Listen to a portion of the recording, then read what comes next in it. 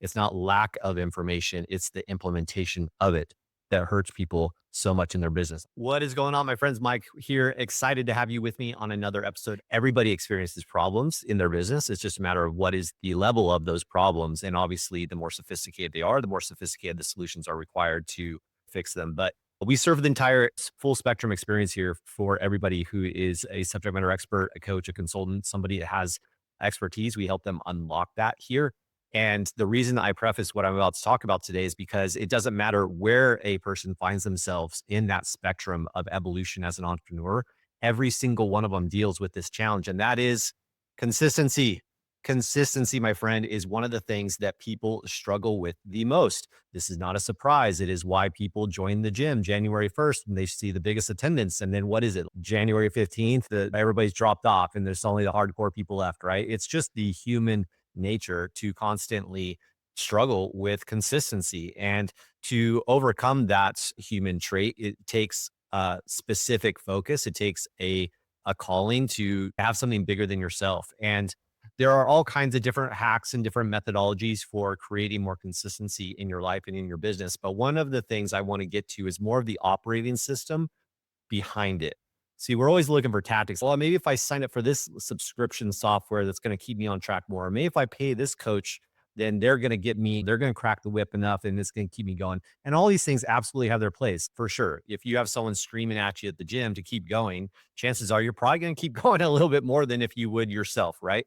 But the fact is, we don't always have someone there in our ear telling us what to do. If you are a solo operator, or even if you are a team of many, either way, you have to be a leader of one before you can be a leader of many. So we are all responsible to ourselves. We are beholden to our own standards, and we typically don't necessarily live up to our abilities or our potential as much as we do fall down to our standards. And so I want to share with you today an analogy about consistency that I think will help frame the concept. And then I want to give you a few key ideas of how to maintain consistency. Because here's the thing, guys, as a business owner, you need to understand consistency creates credibility, creates relationships, and relationships are the business of business.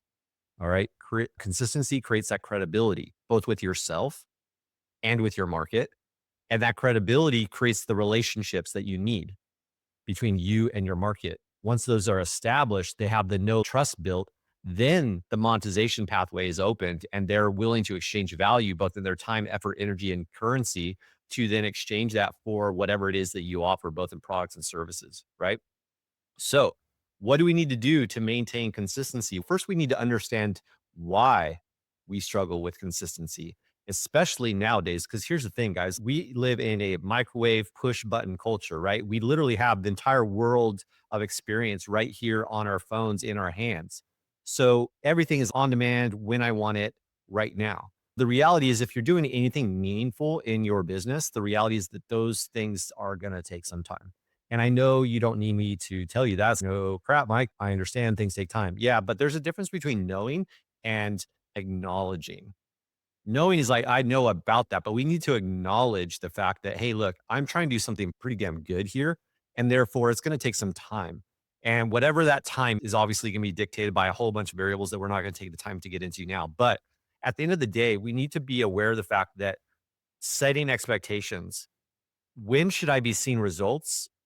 At least early indicators of success, right? Because here's the analogy I use with clients all the time. It's like, and this is kind of old school, but they have these old wells back in the day, right? Where essentially it's this massive lever and this pump, and these tubes go down into the ground, down deep into the water table. And you would sit there and you would pull this lever. And these things are pretty hard to pull. You're really putting in some weight. If you're listening to me, you don't get this, but I'm literally holding this massive lever, right? Imagine it's several feet long, and I'm sitting there and pulling all my weight into this thing, creating a vacuum. That vacuum that's created in that tube starts drawing up water from the water table. All right. And that water travels up the tube. Now, the longer the tube, the more effort's required to get that water to be pulled up that long tube. And so, as marketers, as people in the marketplace, as entrepreneurs, as business leaders, we're constantly sitting there putting in immense amount of effort into pulling this lever, but no water's coming out yet. And so, what do? We get frustrated. We get perplexed as to, well, hang on. I've been sitting here pulling on this damn lever for who knows how long, and there's still not a drop of water coming out. This must not be working. This isn't worth my time. Why am I doing this? I am frustrated. I'm putting in this energy and effort and time and not seeing any fruits of my labor, any water coming out the other end, right? That, my friends, is why people quit because they don't get that validation of effort. I've put in effort. I'm not getting out response. I'm not getting out any kind of energy or value exchange of money or anything, right? Here's the thing, we need to understand that just because we see it doesn't mean that something isn't happening. Because if you are sitting there and pulling on this lever for sometimes 3 to 4 minutes and still not seeing water, if you didn't know that water how it works, you would get frustrated and you would quit. You go, "Well, obviously this is broken. This doesn't work." But someone who is experienced, that does know the mechanics, that does have their expectations set properly, they would know, "Oh, no, this is working. I understand what's involved here. I'm gonna be doing this for a minute now, like several minutes, actually, and nothing's gonna actually happen in front of me, but there is a lot happening underneath the surface. I can't see it, but I absolutely know that it is happening and that it will come to fruition, that eventually water will come out." And that's exactly what happens. If you sit there and pull on these levers long enough, create that vacuum long enough, the water gets drawn up and up and up the tube until finally it comes out the spigot on the other end. As soon as that happens, as soon as that vacuum is broken and established, it will immediately start drawing water on its own. And what's really interesting is that lever that was so hard to pull actually becomes easy. Like you could literally move it up and down. It starts actually moving on its own. And you can just with a finger touch keep that thing in motion. And water, an immense amount of water will start coming out with very little effort because the effort was front loaded. And that's what you need to understand. In different phases of your business, you're gonna have to front load effort prior to getting the result. And if you don't have an understanding of how that works and the timing and the mechanisms and the components and the variables involved, then you'll give up. Consistency won't exist because you're constantly misaligned between expectations and reality of what happens in the marketplace and how these things fit together. And so I just want to just try to not convince you, but just get you clear on the idea that you are going to be putting in work and not get that initial dopamine hit of, oh, look what I did. Some things you will, and that's great, but typically they're not that meaningful. We're talking about like big movements in your business, big next levels, like quantum leap type stuff. It's not going to happen necessarily from just snap your fingers or some transformative thing that you just stopped doing or you started doing and now all are things different. Those can happen, but generally speaking, especially in the longer time frames, you're going to need to put in front load of the effort before you get the results. And you just need to understand that process and trust that process. And that'll be the last thing I leave you with here is the concept of trusting that process. Some people are trusting a process that's broken. They're trusting their own effort. They think that, well, this is how I've always done it. There's a difference between being persistent and being stupid.